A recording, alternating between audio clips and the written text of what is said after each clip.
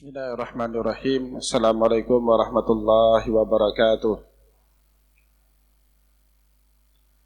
Innal hamdalillah salatan wa salaman ala Rasulillah sallallahu alaihi wasallam wa ala alihi wa ashabihi wa man tabi'ahu bi ihsanin ila yaumiddin. Summa amma ba'du. Puji dan syukur senantiasa dan tidak pernah bosan-bosannya kita panjatkan kehadiran Sang Maha Pencipta Allah Subhanahu wa taala, yang mana dengan limpahan karunia-Nya, rahmat-Nya, hidayah-Nya, serta anugerah-Nya kepada kita semua, kita kembali masih diberikan kesempatan, kesehatan, dan usia panjang oleh Allah untuk terus dan senantiasa mengabdikan diri kita di jalan-Nya dengan menjalankan segala perintah-Nya dan menjauhi semua larangan-Nya. Salawat dan salam tidak pernah lupa pula kita hanturkan kepada junjungan alam Nabi besar Muhammad sallallahu alaihi wasallam, di mana dengan perjuangan beliau dan para sahabat beliau kita dapat mengenal betapa rahmatan lil alamin ajaran agama Islam sebagaimana yang menjadi keyakinan dan pengetahuan kita bersama. Bapak Ibu kaum muslimin dan muslimat yang dimuliakan oleh Allah, mari pada kesempatan malam yang berbahagia ini kita kembali lanjutkan kajian sirah nabawiyah kita dengan kitab Zadul Ma'ad fi Hadi Khairil Ibad karangan Imam Ibnul Qayyim Al-Jauzi rahimahullahu ta'ala anhu. Dan insyaallah pada malam yang berbahagia ini kita akan masuk ke dalam fasal pembahasan baru, Faslun fi dzikra al-hijrataini al-ula wa tsaniyah. Pasal pembahasan yang membahas tentang kenang-kenangan. Dzikra ini kenang-kenangan, ya. Kenang-kenangan tentang apa? Al-hijratain. Dua hijrah yang pertama dalam sejarah Islam, al-ula wa tsaniyah. Hijrah pertama dan kedua. Nah, hijrah pertama dalam Islam itu bukanlah hijrah kaum muslimin bersama Rasulullah ke kota Madinah. Tapi sebelum itu Rasulullah SAW sudah menghijrahkan para sahabatnya terlebih dahulu ke negeri Habsyah sebanyak 2 kali. Nah, inilah yang disebut atau yang dimaksud dalam pasal pembahasan ini dengan fi dzikra al-hijrataini al-ula wa tsaniyah. Kenang-kenangan tentang dua hijrahnya Rasulullah, 2 hijrahnya para sahabat, yang pertama dan kedua. Dikisahkan oleh Imam Ibnul Qayyim Al-Jauzi dalam kitab Zadul Ma'ad, lamma kasura al-muslimun, ketika jumlah kaum muslimin semakin hari semakin membanyak, ya, semakin hari semakin ramai, wa khafa minhumul kufar, maka pada saat seperti itu kaum kafir, al-kuffar, jamak daripada kafir, itu sudah mulai khawatir dengan pertumbuhan pesat jumlah pengikut Nabi Muhammad SAW. Sebagai konsekuensinya mereka melakukan ishtadda adzahum lahu sallallahu alaihi wasallam. Mereka meningkatkan intensitas siksaan mereka, intensitas pressure mereka, tekanan mereka kepada Rasulullah sallallahu alaihi wasallam. Wafatan natahum iyahum, dan mereka juga tidak hanya sebatas menekan, meneror Rasulullah, mereka juga meneror para sahabatnya Rasul. Fa'adzina lahum Rasulullah sallallahu alaihi wasallam fil hijrati ilal Habsyah. Keadaan seperti inilah kemudian yang membuat Rasulullah mengizinkan. Ini kalimat yang digunakan fa'adzina lahum, berarti maknanya mengizinkan. Dalam sebagian kitab sejarah lain disebut fa'amara Rasul. Jadi Rasulullah yang memerintahkan para sahabat untuk hijrah. Jadi kalau izin berarti yang berkeinginan pertama itu para sahabat. Para sahabat yang merasa tidak sanggup lagi menghadapi teror orang-orang Quraisy minta izin. Kemudian Rasulullah mengizinkan.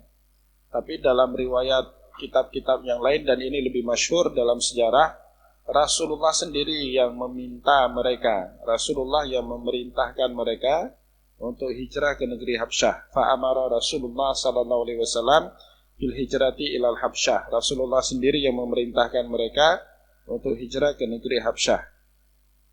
Jadi para sahabat itu kesannya kalau minta izin lari dari bersama dengan Rasul. Ya. Tapi kalau Rasulullah memerintahkan itu tidak muncul kesan itu. Ini dua riwayat yang berbeda dalam kitab sejarah. Dan saya lebih cenderung kepada riwayat yang masyhur tadi, Rasulullah yang memerintahkan mereka untuk hijrah ke negeri Habsyah. Wa qala inna biha malakan atau inna biha malikan. Ya, kalau malakan maknanya malaikat. Ya, malikan itu raja. Jadi kata malaka itu bisa dibaca dengan berbagai harakat. Beda harakat pembacaan maknanya juga menjadi beda. Kalau dibaca semuanya fathah, malakun, ya. Malakun maknanya malaikat, bentuk mufrad dari kata malaikah. Jamak dari kata malakun malaikah. Kalau dibaca malik itu artinya raja. Kalau dibaca milkun itu artinya kepemilikan. Kalau dibaca apa lagi? Milkun, malakun, malikun atau malak ya satu lagi, atau mulkun ya satu lagi. Mulkun itu kekuasaan. Jadi saya ulang, kalau dithamahkan mim, disukunkan lam, bacaannya mulkun, maknanya kekuasaan. Difatahkan mim, difatahkan lam, malakun maknanya malaikat. Dikasrohkan mim, disukunkan lam, milkun maknanya kepemilikan. Dikasrahkan mim atau difatahkan mim, dikasrahkan lam, malikun maknanya raja. Ya, jadi bacaannya inna biha malikan la yuzlamun nasu indahu. Di negeri Habsyah itu kata Rasulullah ada seorang raja la yuzlamun nasu indahu. Dia tidak pernah bersikap zalim kepada orang yang ada di sekitarnya meskipun orang tersebut bukanlah bagian dari rakyatnya. Itu raja yang adil ya. Jadi Rasulullah SAW punya pengetahuan luas. Ada Raja Habsyah di negeri Ethiopia yang digelari dengan Raja Nejus. Dia itu tidak pernah menzalimi orang yang minta perlindungan kepada dirinya. Dari mana pengetahuan itu diperoleh oleh Rasulullah? Bapak Ibu, kita tahu dalam sejarah Rasulullah SAW itu orangnya visioner. Nah, visionernya Nabi Muhammad tidak lepas dari pengalaman dagang beliau. Rasulullah pedagang, semenjak mudanya banyak berdagang, bahkan keluar Mekah ke negeri Syam, ke negeri Yaman. Dalam perjalanan dagang itu pasti Rasulullah bertemu problematika yang begitu kompleks, bertemu dengan banyak orang dari berbagai daerah. Nah, maka ini penting, kenapa orang itu tidak boleh hanya terkungkung dalam negeri, tidak pernah pergi kemana-mana. Ya, jadi orang itu akan terbuka wawasannya ketika dia banyak pergi berjalan-jalan melihat dunia. Di situ dia akan ketemu dengan banyak orang, itu akan membuka cakrawala cara berpikir seseorang. Tapi kalau orang itu cuma di Aceh aja, itu kalau kata pepatah Melayu seperti katak di bawah tempurung. Ya, jadi seolah-olah dunia itu kecil dalam tempurung itu aja. Padahal dunia itu luas sekali. Jadi kalau kita keluar jalan-jalan ke luar Aceh akan terbuka perspektif kita yang sangat komprehensif, yang sangat banyak dalam memandang dunia ini. Nah, disitulah menurut analisis ahli sejarah, Rasulullah SAW punya pengetahuan tentang Raja Nejus. Meskipun Nabi Muhammad tidak pernah pergi ke Habsyah, Rasulullah itu tidak pernah pergi seumur-umur hidupnya itu, tidak pernah pergi ke negeri Habsyah. Tapi Rasulullah tahu dari pengalaman-pengalaman itu, orang banyak mengomongkan kalau di negeri Habsyah itu ada seorang raja yang adil sekali, tidak pernah menzalimi orang lain. Maka Nabi Muhammad melihat itu sebagai potensi. Jadi jika seorang pemimpin di daerah itu adil, pasti orang yang minta suaka ke daerah itu dilindungi, diberikan proteksi, diberikan perlindungan. Ini kemudian yang mendorong Rasulullah memerintahkan para sahabatnya untuk hijrah pertama sekali ke negeri Habsyah, bukan ke negeri yang lain. Padahal kan di Jazirah Arab itu banyak negeri-negeri yang lain yang masih sesuku, sebangsa dengan orang-orang Mekah, Yaman misalnya. Kenapa enggak ke Yaman aja? Yaman itu kan penutur Arab, ya lidahnya itu ya masih lidah Arab. Atau ke Syam aja, atau ke mana ke Bahrain atau kemana ya, kan banyak. Kenapa mesti Habsyah ya tadi? Jadi Rasulullah melihat ada potensi jika para sahabat ini hijrah ke Habsyah, mereka akan dilindungi dan moga-moga aja ajaran agama Islam itu bisa menyebar di sana. Ya, maka Bapak Ibu, ini sedikit melebar tapi ada manfaatnya bagi kita. Di masa-masa awal perjuangan Nabi, dakwah Nabi, Rasulullah itu mengkategorikan bumi ini ada dua. Ada yang negeri punya potensi disebarkan ajaran agama Islam. Ada negeri-negeri atau daerah-daerah yang tidak punya potensi Islam berkembang di situ. Rasulullah menyebutnya dalam hadis dengan ardus su. Ardus su itu negeri yang penuh dengan kenistaan. Saking nistanya negeri itu, banyak pendosa di negeri itu, Islam nggak prospek dikembangkan di daerah itu. Misalnya dalam hadis Sunan Tirmizi itu Rasulullah menyebut beberapa daerah. Ada yang namanya Riklan, ada yang namanya Zakwan, ada namanya Husayyah, ada namanya Bi'run Ma'unah. Itu daerah-daerah yang banyak pendosanya dibandingkan orang baiknya. Maka Rasulullah ngambil kesimpulan itu di masa awal. Kalau Islam dikembangkan di daerah ini enggak prospek, kurang cerah, lambat pertumbuhan Islam. Bahkan dalam Al-Quran ada juga itu disebut Ardusu itu, negeri yang penuh dengan dosa itu disebut misalnya kota Babil. Babil itu dalam bahasa kita sebut Babilonia. Jadi daerah Irak Utara sekarang, Babilonia itu disebut oleh Allah Subhanahu wa taala dalam Al-Qur'an, "Wa ma unzila 'alal malakaini bi Babila Harut wa Marut wattaba'u ma tatlu syayatinu 'ala mulki Sulaiman wa ma kafara Sulaiman walakinna syayatina kafaru yu'allimuna an-nasa sihr wa ma unzila 'alal malakaini bi Babila Harut wa Marut." Jadi kota Babil dulu itu menurut cerita Al-Quran, kota yang penuh dengan praktek sihir. Masyarakatnya itu senang sekali sihir. Sehingga dianggap kota itu penuh dengan dosa, banyak dosanya kota itu. Jadi kota-kota ini disebut dengan Ardusu. Maka Rasulullah pada akhirnya juga mengkategorikan Mekah sebagai Ardusu. Karena Islam tidak prospek dikembangkan di Mekah, akhirnya Rasulullah hijrah ke kota Madinah. Tapi nanti setelah Fathul Mekah, Rasulullah merekonstruksi ulang makna itu. Tidak ada lagi Ardusu, la hijrata ba'dal fathi. Udah, tidak ada lagi hijrah. Berpindah dari satu tempat ke tempat yang lain gara-gara menganggap daerah itu tidak prospek, nggak ada lagi setelah ini. Yang ada innama jihadun wa niyah, yang ada tinggal jihad dan niat yang sungguh-sungguh. Maka misalnya Bapak Ibu, siapa sangka Eropa yang Muslim dulu minoritas, tapi gara-gara banyak kaum migran Timur Tengah yang hijrah ke Eropa, beberapa kota Eropa itu sudah hampir menjadi mayoritasnya Islam. London itu pertama sekali dalam sejarah wali kotanya itu Muslim, Pakistan. Kenapa? Ya karena Eropa itu mengadopsi sistem demokrasi one man one vote.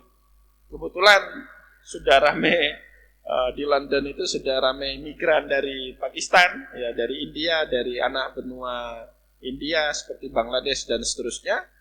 Maka terpilihlah wali kotanya itu orang Pakistan. Di Michigan, State of Michigan, ada kota ibu kotanya Detroit. Di Detroit itu ada kota kecil namanya Banglaton. Dulu Poliston namanya, karena banyak pelaut dari Polandia di situ. Tapi sekarang sudah menjadi Banglaton. Dan itu satu-satunya kota di Amerika yang azan itu boleh pakai mikrofon luar. Ya, kalau kita ke Banglaton, jalan-jalan di situ, tahu, oh ini sudah masuk waktu zuhur, ada azan, terdengar. Di Amerika lain tidak boleh. Kenapa? Ya ternyata banyak imigran Bangladesh di situ, maka disebut Banglaton. Karena mereka menguasai daerah itu, makanya pemerintah kota di situ mengizinkan azan itu pakai mikrofon luar. 2,5 jam dari kota New York ada kota kecil namanya Harrisburg. Nah, itu kan daerah Amerika itu tidak prospek loh. Daerah banyak non-muslimnya, Harrisburg. Di Harrisburg itu ada 200 kakak orang Aceh. Ya, ngapain orang Aceh itu lari waktu konflik dulu lari. Ya cari pindah dapur di Aceh di ribut, lari ke Amerika buat menasah Aceh. Akhirnya mereka yang berdakwah di sana. Gitu. Jadi udah nggak ada lagi istilah itu sekarang ya. Kalau dulu ada, Rasulullah SAW menyebut istilah itu dalam hadis. Maka kemudian dijelaskan oleh Imam Ibnul Qayyim, fahajara minal muslimina isna asyara rajulan wa arba'a niswatin. Maka kemudian hijrah pada kali pertama itu 12 orang laki-laki dan 4 orang perempuan. 16 orang berarti, ya, sedikit sekali. Yang pertama itu isna asyara rajulan, 12 orang laki-laki dan 4 orang perempuan. Cuman 16 orang kali pertama, itu gelombang pertama hijrah ke negeri Habsyah. Minhum, di antara mereka yang 14 orang ini Utsman bin Affan, salah seorang sahabat Nabi yang juga menjadi menantunya Rasulullah, khalifah yang ketiga. Wa huwa awwalu man kharaja, dan ini termasuk orang yang pertama sekali hijrah, maksudnya ke negeri Habsyah. Wa ma'ahu zaujatahu Ruqayyah bintu Rasulillah sallallahu alaihi wasallam. Tentu ikut bersama Utsman bin Affan, istrinya Ruqayyah, putri Rasulullah sallallahu alaihi wasallam. Jadi Utsman bin Affan itu kan digelari Zunurain, orang yang memiliki 2 cahaya, karena dia menikahi 2 orang putri Rasulullah. Kalau bahasa Acehnya apa itu? Turun balik, ya. Turun balik, pulang balik, pulang balik bahasa Aceh ya. Meninggal kakak, nikah sama adik, pulang balik. Syukur-syukur adiknya itu baik dan secantik kakaknya. Kalau nggak baik dan secantik kakaknya, waduh, celaka 12 itu. Jadi Bapak Ibu yang dimuliakan oleh Allah, yang pertama Ruqayyah wafat, kemudian nanti Utsman bin Affan nikah dengan putri Rasulullah yang lain, adiknya Ruqayyah namanya Zainab. Maka beliau digelari dengan Zunurain, 2 orang yang memiliki 2 cahaya, 2 putrinya Rasulullah diperistri oleh Utsman bin Affan. Di sini diceritakan wa huwa awwalu man kharaja. Ini Utsman bin Affan termasuk orang yang pertama sekali hijrah ke negeri Habsyah. Wa ma'ahu zaujatahu, bersama dia ikut zaujatahu, istrinya Ruqayyah bintu Rasulillah sallallahu alaihi wasallam, putrinya Rasulullah sallallahu alaihi wasallam. Ya, pada saat itu belum nikah dengan Zainab, masih dengan Ruqayyah. Fa aqamu fil Habsyah fi ahsani jiwarin. Maka mereka berdomisili, menetap di negeri Habsyah fi ahsani jiwarin, dengan ya sangat nyaman, ya, tinggal dengan sangat nyaman, dilindungi oleh raja, tidak diusik, tidak diapa-apakan. Sampai fabalaghahum anna Quraisyan aslamat, sampai berita ke telinga mereka kalau orang-orang Quraisy itu semuanya sudah masuk Islam. Ini berita hoax. Jadi berita hoax itu bukan hanya di zaman kita, ya, di zaman sekarang, tapi semenjak 1400 tahun yang lalu, di awal-awal mulai Islam juga sudah ada berita hoax itu. Salah satunya ini, tiba-tiba dalam buku sejarah sebagiannya mengatakan baru sebulan mereka tiba di negeri Habsyah, sampai berita di tengah mereka itu fabalaghahum anna Quraisyan aslamat. Orang Quraisy itu sudah masuk Islam semuanya. Lah kalau orang Quraisy sudah masuk Islam, ngapain kita hijrah? Kita balik aja ke kampung halaman, ya, pulang balik, sudah jadi Darul Islam, sudah jadi negara muslim. Ya, wa kana hadzal khabaru kadiban. Tentu ini berita bohong, berita hoax. Ya, fake news. Ya, jadi kalau sekarang gara-gara ada HP itu, berita kecil jadi bahasanya viral kalau sekarang. Kalau dulu mungkin karena nggak ada HP, berita itu baru dianggap viral kalau masuk Serambi, kalau konteks Aceh. Jadi kalau ada berita, padahal seharusnya dia layak diliput, tapi nggak ada sampai wartawan ke situ yang liput, ya nggak akan pernah diketahui oleh banyak orang. Tapi sekarang karena mudah sekali HP itu, dikit ada masalah, langsung direkam, wah, nerbang kemana-mana, seluruh dunia bisa melihat tingkah laku kita, ya itu. Jadi seperti itu. Maka berita ini bohong, pernah terjadi dulu di masa-masa awal sejarah perjuangan Rasulullah. Wa kana hadzal khabaru kadiban farajau ila Makkah. Tapi mereka tentu tidak tahu ini berita benar atau berita bohong, pada saat itu tidak tahu. Mereka ngambil keputusan 16 orang ini balik ke negeri Mekah. Balik akhirnya.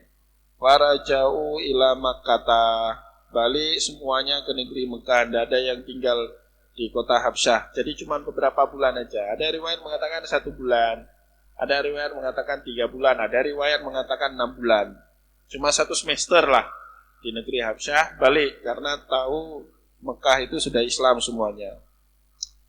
Falamma balaghahum anal amra asyaddu mimma kana. Tapi setibanya di Mekah, anal amra asyaddu mimma kana. Ternyata tidak seperti itu. Terornya makin menjadi-jadi. Ini berita bohong. Udah sempat balik ke kota Mekah, ya. Raja minhum man raja wa dakhala jama'atan. Di antara mereka ada yang ya tetap mau di Mekah, tidak mau balik lagi. Wa dakhala jama'atan. Ada di antara mereka yang mau balik lagi. Falaku min Quraisy ada syadidan. Ya, di antara mereka juga menerima siksaan yang cukup parah dari orang-orang Quraisy. Wa kana mimman dakhala Abdullah bin Mas'ud. Di antara orang Mekah setelah kembalinya para sahabat Nabi ini dari negeri Habsyah yang kemudian masuk Islam, di antaranya sahabat Rasulullah yang bernama Abdullah bin Mas'ud. Jadi Abdullah bin Mas'ud itu termasuk sahabat Nabi yang masuk Islam setelah kembalinya delegasi pertama hijrah ke negeri Habsyah.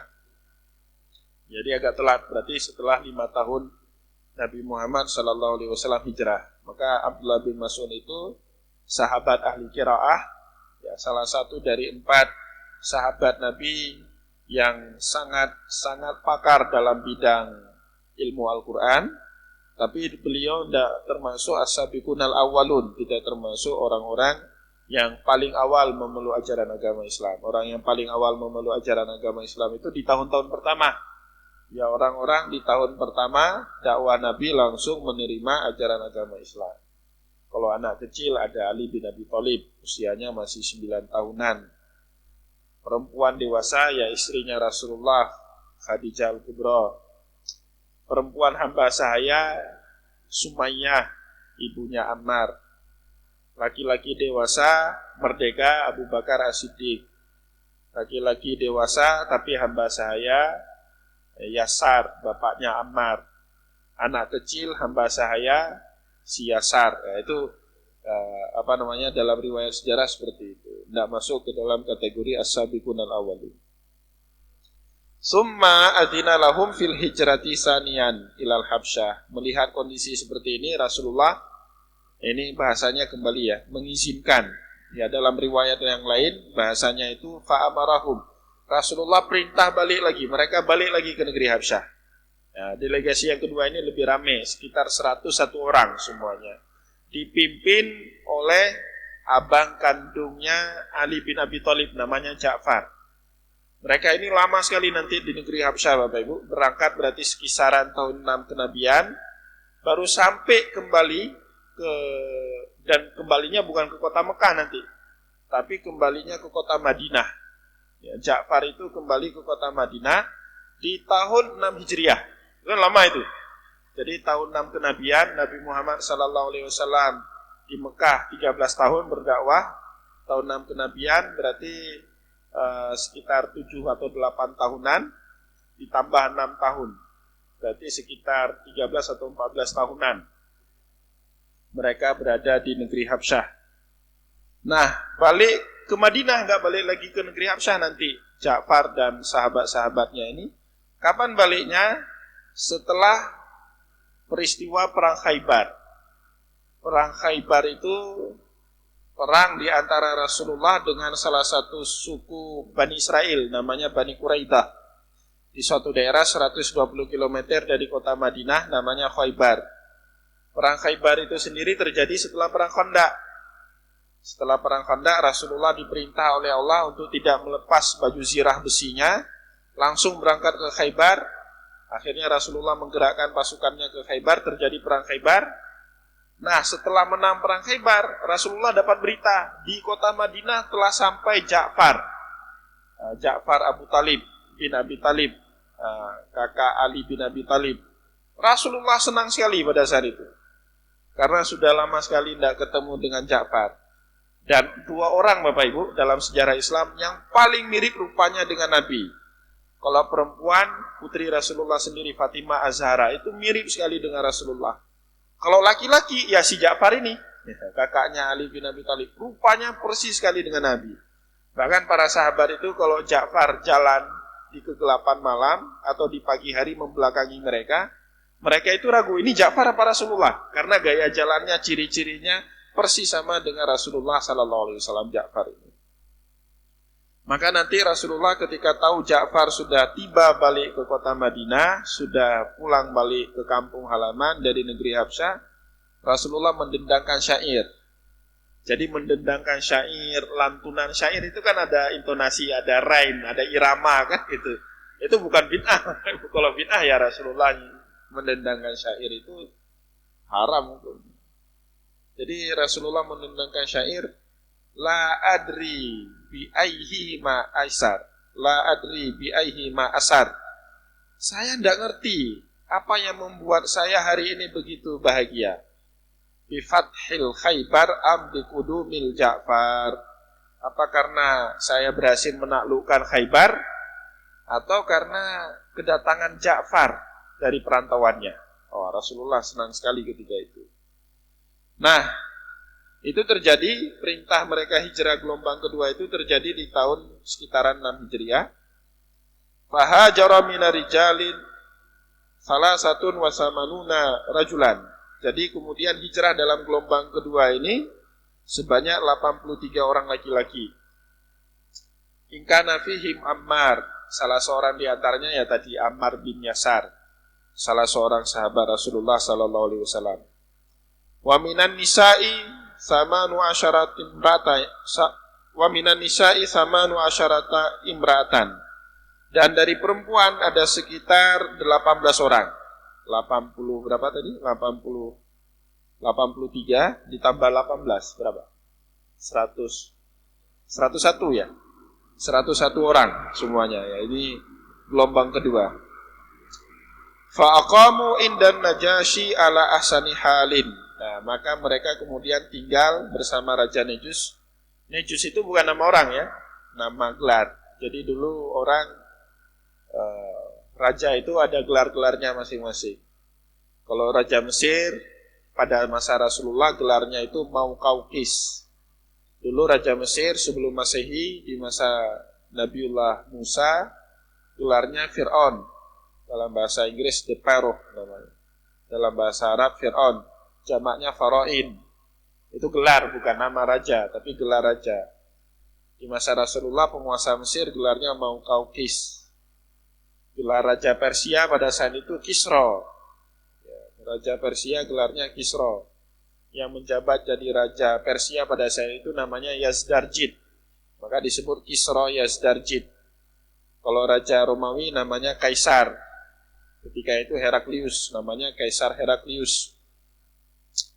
Ya, maka penguasa Habsyah ketika itu namanya Nejus atau Najasyi, itu sebutan gelar sebenarnya, bukan nama aslinya. Nama aslinya wallahu alam tidak disebut di dalam sejarah siapa nama asli Raja Nejus ini. Dan Raja Nejus ini nanti akhirnya menjadi Muslim. Dia Muslim, mengikut dan percaya kepada Rasulullah, tapi tidak pernah ketemu dengan Nabi. Raja Nejus ini Muslim, tapi tidak pernah ketemu dengan Nabi. Nah, ini disebut dalam hadis namanya Muhadram. Muhadram itu orang beriman kepada Nabi di masa Nabi, tapi tidak pernah bertatap muka dengan Nabi. Kalau sahabat, orang beriman kepada Nabi, ketemu dengan Nabi, dan pernah bertatap muka langsung dengan Nabi. Itu namanya sahabat. Maka nanti ketika Raja Nejus meninggal dunia, Rasulullah melakukan sholat ghaib. Nah, itu menjadi dalil bolehnya sholat ghaib. Tapi tentu dengan syarat. Kalau ada jarak yang tidak memungkinkan kita melakukan sholat jenazah, itu boleh lakukan sholat ghaib. Ini ada orang meninggal di Lamprit, kita tinggalnya di Imasin, sholat ghaib, itu tidak boleh. Kita tinggal di Lamprit, saudara kita meninggal di Imasin, kemudian orang-orang Lamprit buat sholat ghaib kepada saudara kita yang kemarin meninggal di Lamprit, tidak boleh itu sholat ghaib. Ya, sholat ghaib yang jauh. Maka agak heran juga itu dalam sebagian masjid ada tradisi sholat ghaib. Setelah sholat Jumat misalnya dia umumkan, Mari kita sholat gaib kepada fulan bin fulan, meninggalnya di mana? Di Banda Aceh. Jangan sholat gaib lah. Kalau kecuali meninggalnya di Jakarta atau di Sigli, ya, Musafahatul Jam'i wal Qasar. Ya, Musafahatul Jam'i wal Qasar jarak yang membolehkan kita jamak dan qasar 87 km. Ya, berarti kalau Sigli kan udah lebih. Boleh itu sholat gaib. Baik. Nah, Bapak Ibu yang dimuliakan oleh Allah, mereka diterima dengan baik oleh Raja Nejus ini. Fabalagha dzalika Quraisyan. Berita ini sampai ke telinga orang Quraisy. Ini udah lagi hijrah gelombang kedua. Nah, mereka setiap kali hijrah itu jalannya bukan di pagi hari, jalannya di malam hari. Maka orang Quraisy ketika itu tidak tahu kalau mereka hijrah. Akhirnya tahu-tahu tiba-tiba sudah dapat berita ada sekitar 100-an orang Quraisy diterima oleh Raja Nejus pada saat itu. Maka orang Quraisy buat rapat. Ya, buat rapat, akhirnya dalam rapat itu diputuskan mengirimkan diplomat, mengirimkan delegasi untuk melakukan deal agar orang-orang Quraisy yang sudah hijrah ke Habsyah itu dibawa pulang ke kota Mekah. Fa'arsalu Amr bin As, yang diutus itu seorang Quraisy, ahli diplomat, ahli politik, orang yang biasa melakukan deal-deal, ya itu namanya Amr bin As. Amr bin As itu terkenal Bapak Ibu, jago sekali dalam melakukan diplomasi. Maka dalam menaklukkan Mesir ketika itu Umar bin Khattab mengutus Amr bin As untuk menaklukkan Mesir. Ya, dan nyaris Amr bin As jarang terjadi peperangan karena Amr bin As bisa melakukan diplomasi dengan penguasa lokal pada saat itu. Di Mesir ada banyak penguasa lokal. Dia tidak menggunakan opsi militer tapi lebih pada diplomasi. Maka dalam menaklukkan Mesir itu jarang sekali terjadi perang dalam skala besar. Bukan seperti penaklukan Bizantium atau Konstantinopel sama Sultan Al-Fatih itu. Sultan Al-Fatih itu terkenal dalam sejarah ahli perang, tapi lemah dalam kemampuan diplomasi. Dia bukan diplomat yang ulung. Ya, maka opsi perang, terus perang. Dan lama sekali itu perang. Dari bapaknya, sebelum Al-Fatih itu bapaknya masih perang terus dengan Bizantium, gagal, sampai Al-Fatih nanti terus perang melawan Bizantium.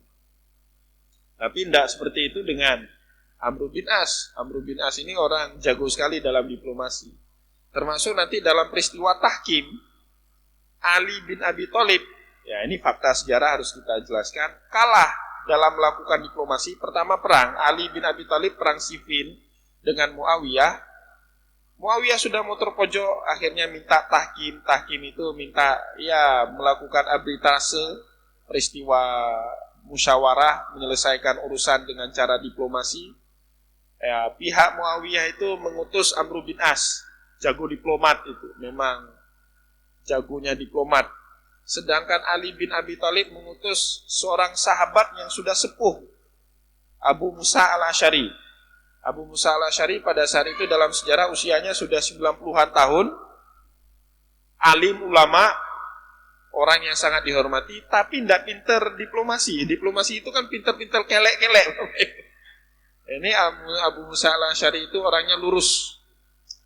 Ya, maka kadangkala Bapak Ibu, kadangkala jika kita memberikan jabatan kepada orang baik bukan di tempatnya, orang baik itu jadi jelek gitu. Abu Musa al-Asy'ari ini kalau suruh ibadah, oke. Ya, di situ kesalahan Imam Ali bin Abi Thalib mungkin. Ya, beliau salah menunjuk orang. Kalau dalam bahasa Inggris apa itu? The right man and the right job, kan gitu. Orang yang benar di posisi yang benar. Tapi pada saat itu Abu Musa al-Asy'ari di posisi yang salah. Nah, Muawiyah tahu betul, ini Amr bin As jago berdiplomasi. Akhirnya singkat cerita, Ali bin Abi Thalib kalah dalam berdiplomasi. Meskipun Ali bin Abi Thalib menang dalam perang. Nah, maka tidak selalu masalah itu bisa diselesaikan dengan senjata. Butuh kita ahli-ahli diplomat itu. Nah, bakat diplomasi itu sudah dimiliki oleh Amr bin As semenjak dulu, sebelum dia masuk Islam. Amr bin As ini memang sudah jago berdiplomasi. Wa Abdullah bin Abi Rabi'ah. Ya, Abdullah bin Abi Rabi'ah, ada dua orang yang diutus, Amr bin As dan Abdullah bin Abi Rabi'ah fi jama'atin, ya bersama kelompok-kelompok kecil yang lainnya. Dari delegasi itu dipimpin oleh dua orang. Yakiduhum inda Najasyi. Mereka buat strategi, buat trik di hadapan Raja Najasyi, Raja Nejus, agar Raja Nejus itu tidak memberikan suaka politik kepada orang-orang yang sudah hijrah ke sana. Faraddallahu kaidahum fi nuhurihim. Tapi Allah Subhanahu wa taala kemudian menolong umat Islam. Itu menarik sekali Bapak Ibu ceritanya. Jadi Amr bin As ini sudah azan. Lama nih kalau cerita panjang. Ya, ini insyaallah akan kita lanjut lagi. Pada pertemuan yang akan datang kita akan lanjut trik-trik ya, diplomasi Amr bin As. Tapi nanti pertolongan Allah nampak di situ. Bukan karena Ja'far itu nanti yang ngomong dari pihak Muslim Ja'far, ya, saudaranya Ali. Ja'far terkenal bukan orang ahli diplomasi, tapi memang pertolongan Allah nanti sehingga membuat Raja Nejus mengurungkan niatnya untuk mengembalikan sahabat-sahabat ini kembali ke kota Mekah. Semoga apa yang kita sampaikan di malam yang berbahagia ini ada manfaatnya bagi kita semua. Saya mohon maaf jika ada kesilapan kata dan kesalahan sikap. Wallahu muwaffiq ila aqwamit thariq wa nasrun minallah fatun karim. Wassalamualaikum warahmatullahi wabarakatuh.